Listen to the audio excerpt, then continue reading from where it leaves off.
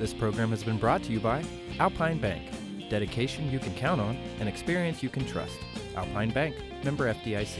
Welcome back to Durango TV News. I'm joined in the studio with Rachel Bauske. She's with Volunteers of America. They are a fantastic organization here in Durango serving La Plata County. And we're here to talk about kind of the state of homelessness overall in our community. Now, a lot of residents know about this issue because last summer the panhandling issue really came to light. But you and I were chatting a little bit before the interview, and it's funny because we see two different populations that you work with, correct? Absolutely, absolutely. We really found through the Homeless Coalition that there's the subset of homelessness in our community, and then it seems that the panhandling population is actually quite different. So I've been with Volunteers of America for 10 years now, and majority of the people that I see flying signs in our community have not reached out for services with Volunteers of America.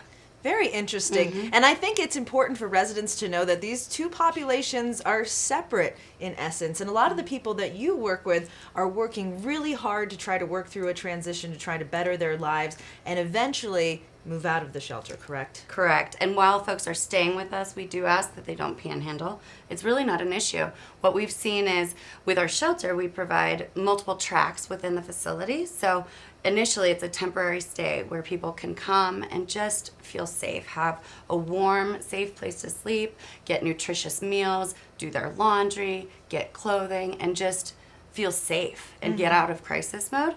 And then if they're able to look for employment and find a job and are participating in the program, then they can apply for our extended stay program, which offers an additional 3 months. That's awesome. And then talking about the shelter in general, I was surprised it's not as big as I thought. How many beds do you have? We have 36 beds, and if we have overflow, we can put out cots and things like that. So at times we've gotten up to about 45 people, but that's very rare. That's usually in the summertime, and larger families potentially are staying with us. That was going to be my follow-up question. If you notice any seasonal changes, if you're dealing with more people in the winter, but it sounds like maybe even more residents in the summer that you have. We do experience a higher population in the summertime, and that's with the Durango Community Shelter as well as the Southwest Safe House. Sometimes in a domestic violence situation, it's easier to flee from your perpetrator in the summer because you don't have to worry as much about the cold weather and temperatures.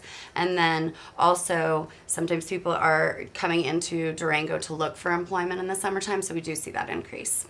Yeah, and I think it's so easy for so many Durango residents to almost be naive to this population that's living with us. I mean, all of us are out, recreating, and our focus is on the outdoors and the wonderful life that we have here in Durango, but it is not the case for all of our residents here. So I think it's really important, the work that you guys do. Thank you so much. Thank you so much. And the issues that our clients are working with, this spans all socioeconomic backgrounds. This isn't just people in deep poverty. Yeah. So this could be your neighbor that is experiencing domestic violence and needs our help locally. Awesome. And I know you guys are actually wrapping up one of your big major fundraisers of the year. It's called the Wear the Love campaign, if you haven't heard about it. So explain to our viewers what that is. I know this is the second annual. This is the second annual. I'm wearing one of our pieces. This is our limited edition piece for our second annual event, which is happening right now. We've already in pre-sales sold about half of our 300 pendants. Wow. This was made by our local artist, Ann Campbell. Each year we have a different pendant, and we're sponsored by First National Bank this year. Hot Tomatoes is going to be providing appetizers at our kickoff event, which is happening on Thursday, tomorrow night, from 4 to 7 p.m. This is going to be after the fact, probably still playing.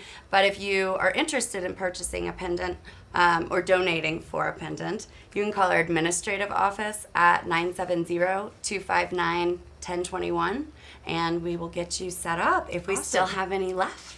And then where can people go if they want to maybe go online and find some more information about this? You betcha. You can go to our website at www.voacolorado.org. Awesome. Rachel, thank you so much for joining us, and great work at Volunteers of America here locally.